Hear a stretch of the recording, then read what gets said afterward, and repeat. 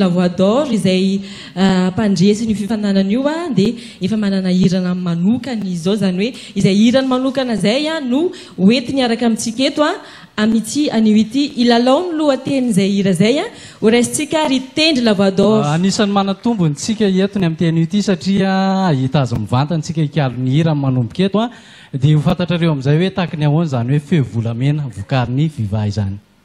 Ho raisitsika ry tendry ary.